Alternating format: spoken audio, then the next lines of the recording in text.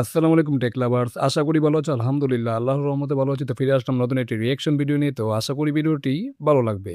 আজকে আমরা দেখব 25,000 এর সেরা ৫ টি ফোন। তো সেটা নিয়ে আজকে আমরা রিঅ্যাক্ট করব। তো ভিডিওটির নিচে অবশ্যই টেক শিবলি চ্যানেল থেকে তাদেরকে ফুল ক্রেডিট দেওয়া তাদের ভিডিও লিঙ্কটি অবশ্যই আমাদের চ্যানেলের ডেসক্রিপশন বক্সে দেওয়া থাকবে। চাইলে তোমরা চেক আউট করতে পারো। তো চলো বেশি দেরি করে আজকের ভিডিও রিঅ্যাকশন শুরু করি।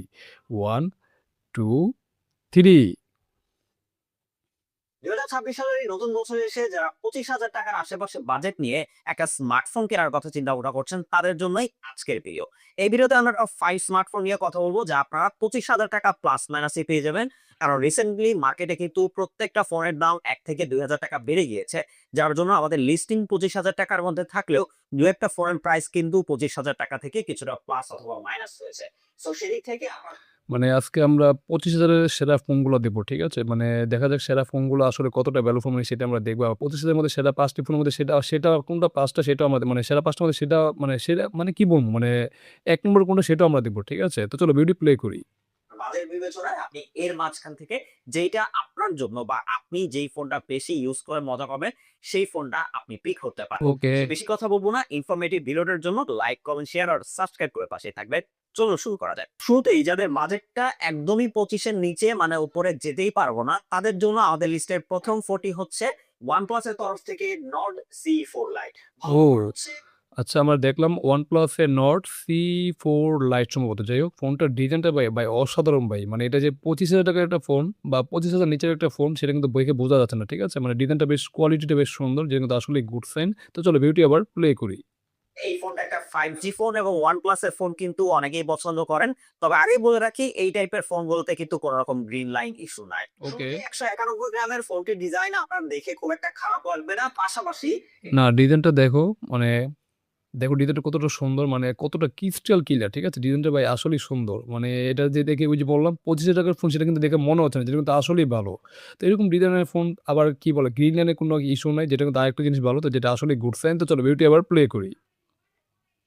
এটাতে কিন্তু IP54 এর ডাস্ট এবং ওয়াটার রেসিস্ট্যান্স সাপোর্ট থাকছে। ডিসপ্লের দিক থেকে যথেষ্ট ভালো একটা ডিসপ্লে ব্যবহার করা হয়েছে। আচ্ছা, আচ্ছা। যেহেতু হচ্ছে একটা 6.67 ইঞ্চির অ্যামোলেড 120 হার্টজ এর ডিসপ্লে যেখানে কিন্তু আপনারা 2100 নিটস পর্যন্ত পিক ব্রাইটনেস এর সাপোর্ট পাবেন। ওকে। সো এই ফোনটা ব্যবহার করে যারা অনেক বেশি মিডিয়া কনজিউমার রয়েছেন তাদের জন্য কিন্তু দারুণ একটা ডিসপ্লের যদি কথা বলি, ডিসপ্লেটা AMOLED ডিসপ্লে পাচ্ছি, ঠিক আছে। বাট ডিসপ্লেটা বেশ কালারফুল সেটা আমরা দেখতে পাচ্ছি। বাট ডিসপ্লের না লোয়ার বেজেলটা না একটু স্লাইটলি মোটা, যেটা আবার একটু সমস্যা। বাট 25,000 এর ঠিক আছে, বাজেট হিসেবে বলা যায় কনসিডার করা যায়। বাট ডিসপ্লেটা আরেকটু কালারফুল হলে আরেকটু বেশি সুন্দর লাগতো এই আরকি। বাট ওভারঅল ঠিক আছে। তো চলো ভিডিওটি প্লে করি। এক্সপেরিয়েন্স প্রোভাইড করবে।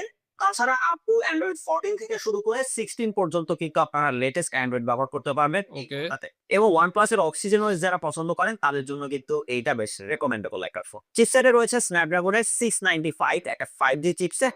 তবে চিপসেটটা কিন্তু খুব একটা হাই পারফরম্যান্স কোনো চিপসেট না। হ্যাঁ, সেটাই। মানে আমরা বেসিক্যালি 685 বা 695 যেটাই বলো না কেন স্ন্যাপড্রাগন এগুলো 19 আর 20 তফাৎ, ঠিক আছে? মানে বেশি না। মানে এগুলা মোটামুটি রেগুলার কাজ তুমি ভিডিও এডিটিং করতে পারবে, সমস্যা নেই। বাট যারা হেভি গেমার আছো তারা কিন্তু করতে পারবে না, ঠিক আছে? মানে হেভি গেম খেলতে পারবে না, যেটা একটা সমস্যা।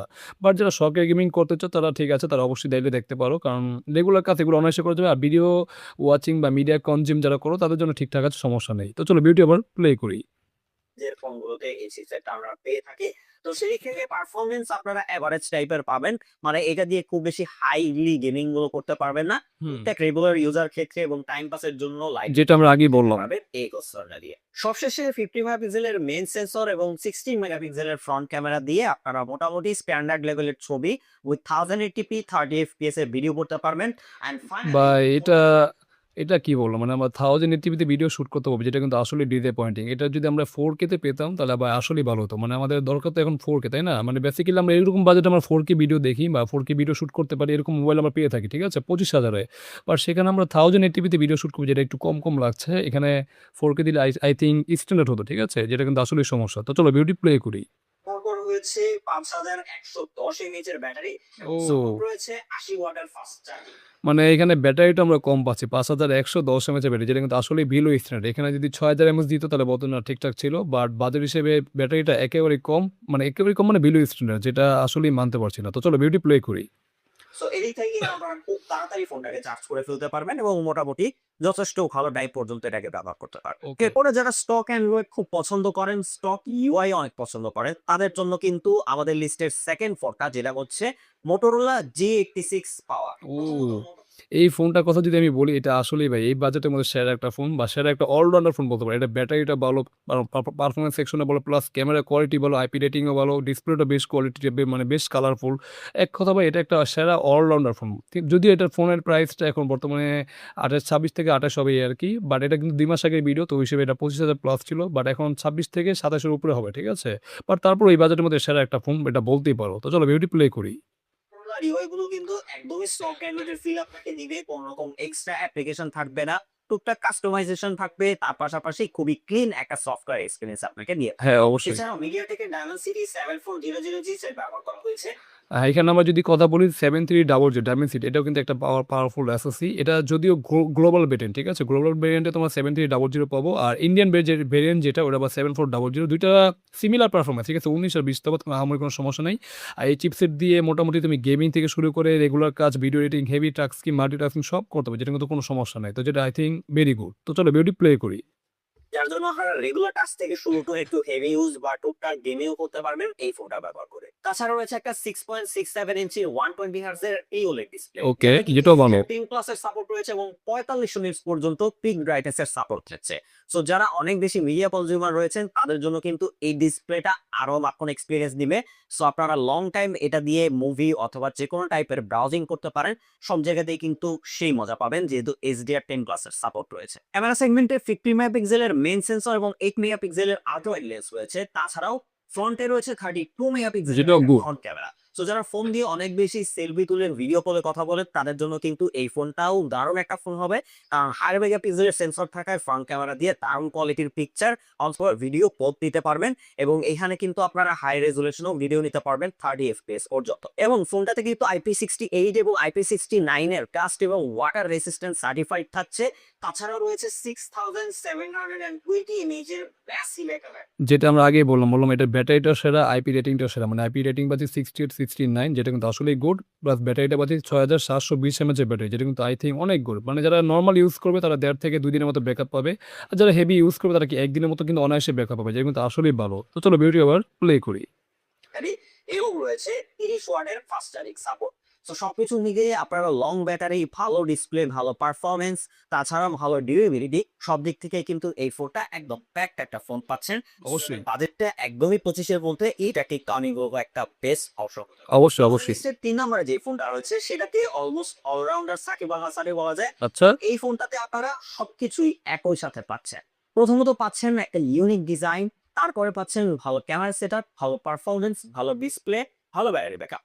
সবকিছু মিলিয়ে ফোনের মডেলটা হচ্ছে নাথিং এর CMF2 Pro। প্রথমত ইউনিক আচ্ছা, এটা CMF ফোন 2 Pro, ঠিক আছে? বাট এটা ইউনিক ডিজাইন আমরা পাচ্ছি, ঠিক আছে। বাট এটা ডিজাইনটা না ভাই আমার কাছে সত্যি কথা বলতে ভালো লাগে না, যেটা একটা সমস্যা।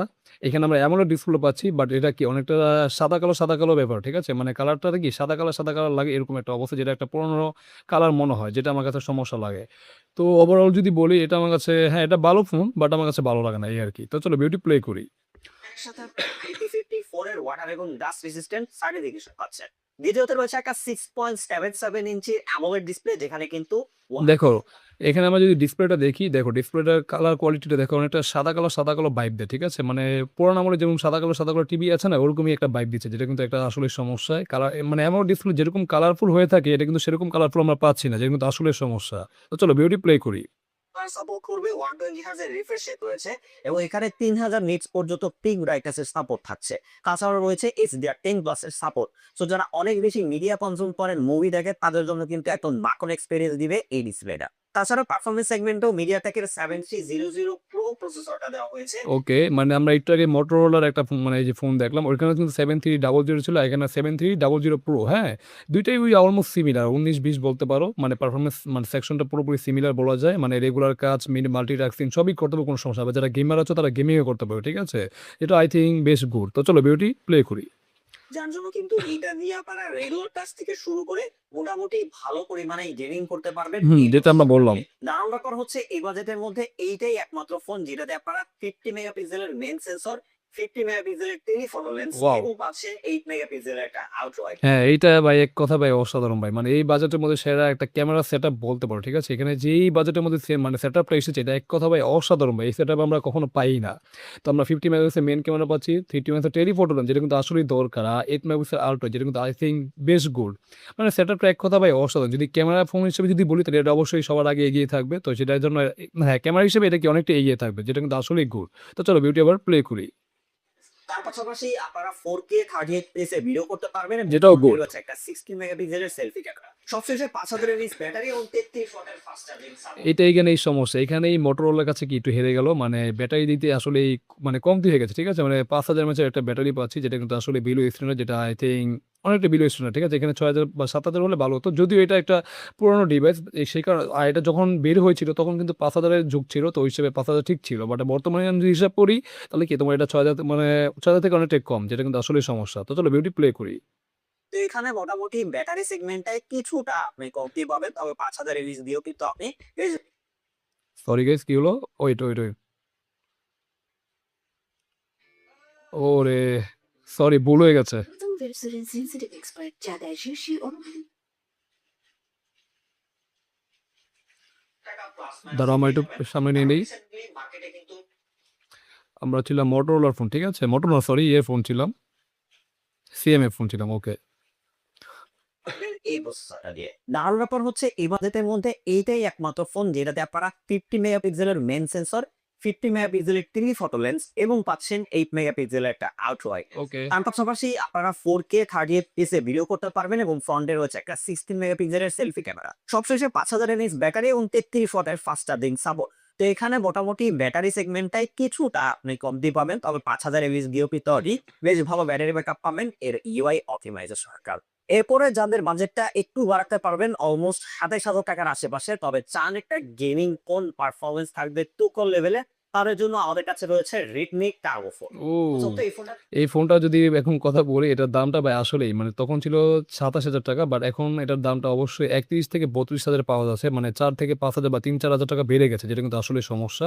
বাট তারপরও ২৭,০০০ এর বেস্ট ছিল বাট এখন যে প্রাইস এটা পাচ্ছি সেটাও কিন্তু বেস্ট। ঠিক আছে? কারণ এর চিপসেটটা ভাই অসাধারণ ভাই। তো চলো ভিডিওটি প্লে করি। রয়েছে MediaTek Dimensity 8400 Ultra বেশ পাওয়ারফুল। চিপসেট, যার জন্য কিন্তু এই বাজেটের মধ্যে আপনারা one of the best performance delivery নিতে পারবেন অবশ্যই। সো যার জন্য আপনারা লো এন্ড থেকে শুরু করে হাই এন্ড যে কোনো গেম খেলতে পারবেন উইথ হায়ার এফপিএস। তার সাথে সাথে আপনারা রেগুলার টাস্ক যে কোনো হেভি এন্ড যে সফটওয়্যার গুলো রয়েছে এগুলো দিয়েও কিন্তু একদম স্মুথলি ব্যবহার করতে পারবেন এই ফোনটাকে। তাছাড়া 6.67 ইঞ্চির অ্যামোলেড ডিসপ্লে রয়েছে যেখানে 120 হার্জ সাপোর্ট আছে। এছাড়াও HDR10 প্লাস HDR ভিভিক রয়েছে এবং 3200 নিটস পর্যন্ত পিং ব্রাইটনেস এরও সাপোর্ট রয়েছে। যেটাও কিন্তু আই থিংক বেশ গুড। মানে ডিসপ্লেটা দেখো, ডিসপ্লের চিন বেজেলটা একদম সুপার লেভেলের ন্যানো, ঠিক আছে? একদম পুরোপুরি ন্যানো আর ডিসপ্লেটা আমরা ফ্ল্যাট ডিসপ্লে পাচ্ছি বাট যেটা দেখতে খুব বেশ প্রিমিয়াম লাগছে, ঠিক আছে? আর আমরা ৩২০০ নিচে পিক ব্রাইটনেস যেটাও আই থিংক আউটডোরে কোনো সমস্যা না, ঠিক আছে? আউটডোর তুমি একদম অনায়াসে সূর্যের আলোতে ইউজ করতে পারবে যেটা কোনো সমস্যা নেই। তো এটাও একটা গেমিং ফোন হিসেবে এটা সেরা ফোন। মানে তখন ছিল ২৭,০০০ বাট বর্তমানে ৩১ থেকে ৩২,০০০ হবে এই আরকি। বাট তারপরেও বলব এটা আসলেই সেরা ফোন, ঠিক আছে? সেরাদের কাতারে সেরা একটা ফোন। তো চলো ভিডিওটি আবার প্লে করি। আছে। তো সবকিছু মিলিয়ে ডিসপ্লে সেগমেন্টও এটা যথেষ্টই ভালো। অবশ্যই। 50 মেগাপিক্সেলের মেইন সেন্সর, 8 মেগাপিক্সেলের আল্ট্রা ওয়াইড লেন্স এবং ফ্রন্টে রয়েছে একটা 20 মেগাপিক্সেলের ফ্রন্ট ক্যামেরা।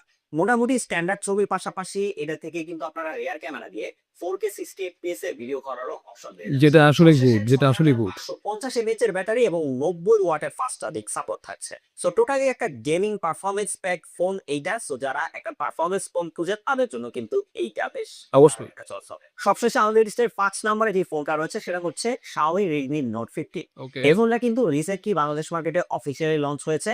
২৬,৯৯৯ টাকার এই অফিসিয়াল ফোনটা কিন্তু আপনারা চাইলে নিয়ে নিতে পারেন, অথবা আপনাদের বাজেট যদি মোটামুটি ২৭-২৮,০০০ পেটে করতে পারেন, তবে যদি আনঅফিসিয়ালি আপনারা নিতে পারেন তাহলে কিন্তু প্রো ভেরিয়েন্টটাও আপনারা পেয়ে যেতে পারেন এই ফোনটা। সো ডিসিশন আপনার, আপনি কি অফিসিয়াল নিবেন নাকি আনঅফিসিয়াল নিবেন। প্রথমত ভালো ব্যাপার হচ্ছে ফোনটাতে কিন্তু একটা অ্যামোলেড 120 হার্জের কার্ভ ডিসপ্লে ব্যবহার করা হয়েছে। হুম। সো যারা এই বাজেটে বলা যায় বা এটা এক কথায় বেশ সেরা। মানে আমরা এই বাজেটে কার্ভ ডিসপ্লে পাচ্ছি এটা কিন্তু আসলেই গুড। বিশেষ করে যারা আমার মতো কার্ভ ডিসপ্লে লাভার আছে তারা অবশ্যই এটা অনেকটাই ভালো লাগবে এই আরকি। কারণ কার্ভ ডিসপ্লে মানে কি একটা সুপার লেভেলের প্রিমিয়াম ভাইব দেয় যেটা কিন্তু আসলেই ভালো। হ্যাঁ, এটা পারফরম্যান্স সেকশন একটু দুর্বল বাট তারপরে ডিসপ্লেটা ভাই অসাধারণ যেহেতু অ্যামোলেড ডিসপ্লে, ঠিক আছে? তো চলো ভিডিওটি আবার প্লে করি।